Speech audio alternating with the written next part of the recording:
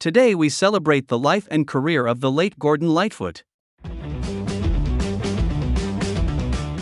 Gordon Lightfoot was born in Orillia, Ontario, on November 17, 1938. He passed away on May 1, 2023. His parents were Jessie Vic Trill Lightfoot and Gordon Lightfoot Sr., who owned a local dry cleaning business. He was of Scottish descent. He had an older sister, Beverly. His mother recognized Lightfoot's musical talent early on and schooled him to become a successful child performer. He first performed publicly in grade 4.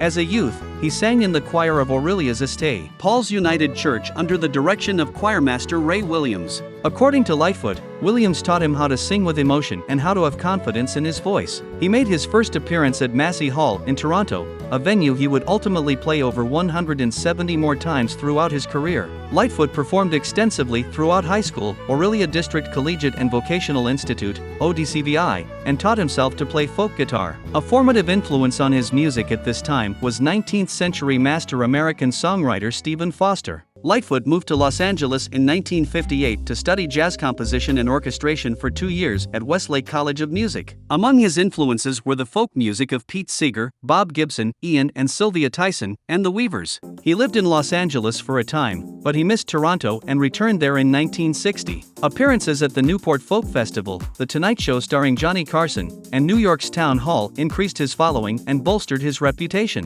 1966 marked the release of his debut album Lightfoot, which brought him greater exposure as both a singer and a songwriter. The album featured many now famous songs, including For Lovin' Me, Early Mornin' Rain, Steel Rail Blues, and Ribbon of Darkness.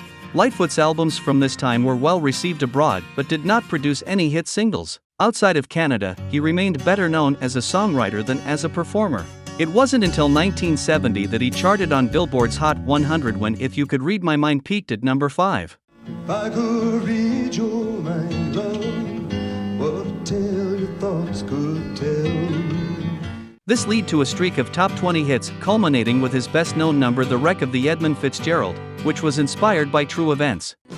And later that night when his lights went out of sight, came the wreck of the Edmund Fitzgerald. Lightfoot was married 3 times. His first marriage in April 1963 was to a Swedish woman, Brita Inga Gerda Lason, with whom he had 2 children, Fred and Ingrid. They divorced in 1973, the marriage ending in part because of his infidelity. Lightfoot acknowledged that his musical touring and the fact that he found fidelity difficult in a long-distance relationship contributed to the failure of at least 2 relationships. Lightfoot was unmarried for 16 years and had 2 other children from relationships between his first and second marriages, Galen McGee and Eric Lightfoot. In the early 1970s, Lightfoot was involved with Kathy Smith. Their volatile relationship inspired his songs Sundown and Rainy Day People Among a Lady. Lightfoot told the Globe and Mail after her death, "Men were drawn to her, and she used to make me jealous, but I don't have a bad thing to say about her."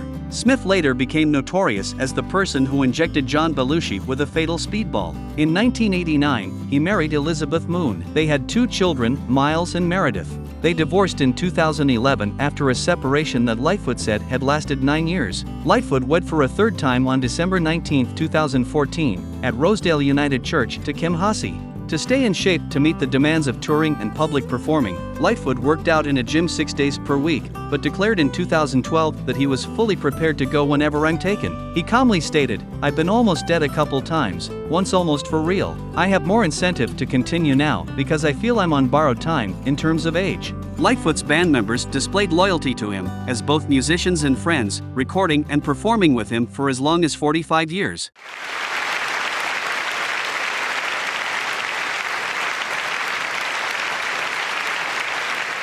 Been offered this award before, but he has never accepted it because he wanted me to come and give it to him. All right, here he is now, Gordon Lightfoot.